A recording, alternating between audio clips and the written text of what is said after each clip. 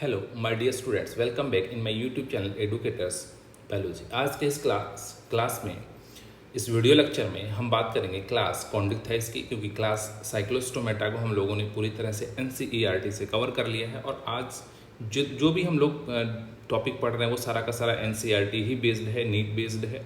तो बात करेंगे क्लास कॉन्डिक्टाइस की। कॉन्डिक्टाइस के जो एनिमल्स होंगे वो मरीन एनिमल्स होंगे, स्ट्रीमलाइन बॉडी होगी, क्योंकि साइक्लोस्टोमेटा में हम लोगों ने पढ़ा था स्ट्रीमलाइन बॉडी और कार्टिलेज का बना हुआ एंडोस्केलेटन होगा। और साइक्लोस्टोमेटा में हम लोगों ने पढ़ा था कि वहाँ ब्रेन बॉक्स यानी क्रेनियम और वर्टिब्रल कॉलम कार्टिलेजनस थे। यहाँ पूरा का पूरा एंडोस्केलेटन क्या है, कार्टिलेज का है। माउथ जो होंगे वो वेंट्रली लोकेटेड होंगे। नोटोकार्ड पूरी लाइफ में रहेगी, persist through out the life. अगर माउथ की बात करें तो माउथ देखो, ये डॉर्सल पोजीशन, ये वेंट्रल पोजीशन। आप देखो माउथ वेंट्रली प्रेजेंट होता है, तो माउथ क्या होगा, वेंट्रल साइड में होगा, वेंट्रली प्रेजेंट होगा। ये आपको फिगर दिख रहा है ग्रेट व्हाइट शार्क का। गिल स्लिट्स की बात करें तो इसके ऊपर अपर कोलम नहीं होंगे, क्योंकि गिल्स के ऊपर अपर कोई ना कोई कवरिंग पाई जाती है, गिल कवर पाए जाते हैं, लेकिन यहाँ कोई अपर कोलम नहीं होता, कोई कवरिंग नहीं होती, विदाउट अपर कोलम होते हैं और सेपरेट होते हैं। गिल स्लिट्स जो होते हैं पूरे सेपरेट होते हैं, अलग अलग होंगे और यहाँ विदाउट अपर कोलम होंगे। इंपॉर्टेंट पॉइंट है। और उससे भी ज़्यादा इंपॉर्टेंट है, इनके पास प्लेक्वाइड स्केल्स पाए जाते हैं, तो इनकी स्किन प्लेक्वाइड स्केल्स की वजह से ही टफ हो जाती है। आप ऐसे टच करोगे तो आपको एक अलग से टफनेस नज़र आएगी, क्योंकि यहाँ पे क्या है, प्लेक्वाइड स्केल्स, और इसमें ट्राइडेंट स्पाइंस वगैरह भी पाए जाते हैं, जो कि हमें बहुत ज़्यादा यहाँ पे फोकस नहीं करना। तो हमें याद करना है कि यहाँ पे प्लेक्वाइड स्केल्स होंगे और इनके जो टीथ होते हैं, ये भी मॉडिफाइड प्लेक्वाइड स्केल्स होते हैं। Teeth are modified placoid scales, और जो बैकवर्डली डायरेक्टेड होते हैं, जो पीछे की साइड में ऐसे मुड़े हुए हैं। और इससे फायदा ये होगा कि मुड़े होने की वजह से ये किसी भी जो शिकार करते हैं उसको होल्ड अच्छे से पकड़ पाएंगे, अच्छे से पकड़ पाएंगे, जल्दी से छूट नहीं पाएगा, क्योंकि बैकवर्डली डायरेक्टेड क्या है, इसके टीथ है। तो ये एडवांटेज में मिल जाता है इनको। दियर जॉज आर वेरी पावरफुल, बहुत ज़्यादा पावरफुल होंगे, क्यों ना हो, क्योंकि ये शिकार करके खा देते, प्रेडेशियस होते हैं, इसीलिए पावरफुल होना भी ज़रूरी है। एयर ब्लैडर अब्सेंस होगा। अगर एयर ब्लैडर है नहीं, बैलून जिसमें हवा, बैलून जो होता है, बैलून ऐसा बैलून लाइक स्ट्रक्चर होता है जिसको हम एयर ब्लैडर बोलते हैं, और वो कार्टिलेजनस जो ये फिश थी इसके अंदर नहीं पाया जाता, कॉन्डिक्टाइस के अंदर नहीं पाया जाता।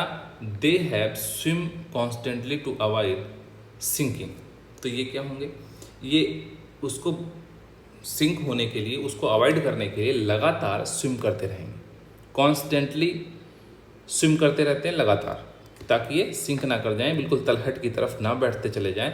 इसके लिए उनको लगातार, जबकि जो बोनी फिशेस होती हैं उनके अंदर एयर ब्लैडर पाए जाते हैं, तो अगर वो तैरती भी नहीं तब भी सिंक नहीं करेंगी। हार्ट 2 चैम्बर्ड का होगा। अगर हार्ट की बात करें तो 2 चैम्बर्ड बनाएंगे, एक आर्किल होगा, एक वेंट्रिकल होगा, इसको आर्किल माने, इसको वेंट्रिकल माने। तो हार्ट क्या होगा, 2 चैम्बर्ड होगा, ऐसे 2 चैम्बर बनेंगे, एक आर्कल होगा, एक वेंट्रिकल होगा। क्लियर। दूसरा बात करते हैं कि यहाँ जो कुछ ऐसे होते हैं जिनको हम इलेक्ट्रिक ऑर्गन्स जिसमें होते हैं, सम ऑफ हैव इलेक्ट्रिक ऑर्गन्स जिसमें होंगे। एग्जाम्पल याद रखेंगे, टॉर्पेडो बहुत इंपॉर्टेंट है कि इलेक्ट्रिक ऑर्गन किस में पाया जाता है, टॉर्पेडो। पॉइजन स्टिंग कहाँ होता है, ट्राइगन। तो ये आपकी टॉर्पेडो, ये आपकी ट्राइगन। देखो ये पाइक्लोथर्मिक होते हैं। पाइक्लोथर्मस का मतलब ये होता है, ये कोल्ड ब्लडेड एनिमल्स होते हैं। इनका जो बॉडी का जो टेम्परेचर है वो कभी भी कांस्टेंट नहीं रहता, वो बॉडी का टेम्परेचर सराउंडिंग इन्वायरमेंट के अकॉर्डिंग चेंज होता है। ऐसे एनिमल्स को कॉल्ड ब्लडेड एनिमल बोलते हैं, ठीक है ना। Capacity to regulate their temperature lack, यानी इनकी जो कैपेसिटी होती है टेम्परेचर को रेगुलेट करने की वो नहीं होती जैसे कि हम में होती है। हमारे अंदर कांस्टेंट बॉडी टेम्परेचर होता है। सेक्सेस आर सेपरेट होते हैं, अलग अलग सेक्सेस पाए जाते हैं, मेल अलग फीमेल अलग। मेल्स के पास पेल्विक फिन होंगे जिसमें क्लैस्पर्स होंगे, क्लैस्पर्स अभी बताऊंगा, आगे हम फिगर में भी देखते हैं। दे हैव इंटरनल फर्टिलाइजेशन होगा, जबकि बहुत जगह आपको एक्सटर्नल फर्टिलाइजेशन मिलेगा, यहाँ इंटरनल फर्टिलाइजेशन मिलता है, इसलिए ये इंपॉर्टेंट है। And many of them are viviparous, और बहुत सारे कैसे हैं बीबी पैरस। बड़ा ये लाइन ही बहुत इंपॉर्टेंट है कि इंटरनल फर्टिलाइजेशन और बीबी पैरिटी का पाया जाना किस क्लास का करेक्टर है, या कोई एनिमल देके आपसे पूछ सकता है।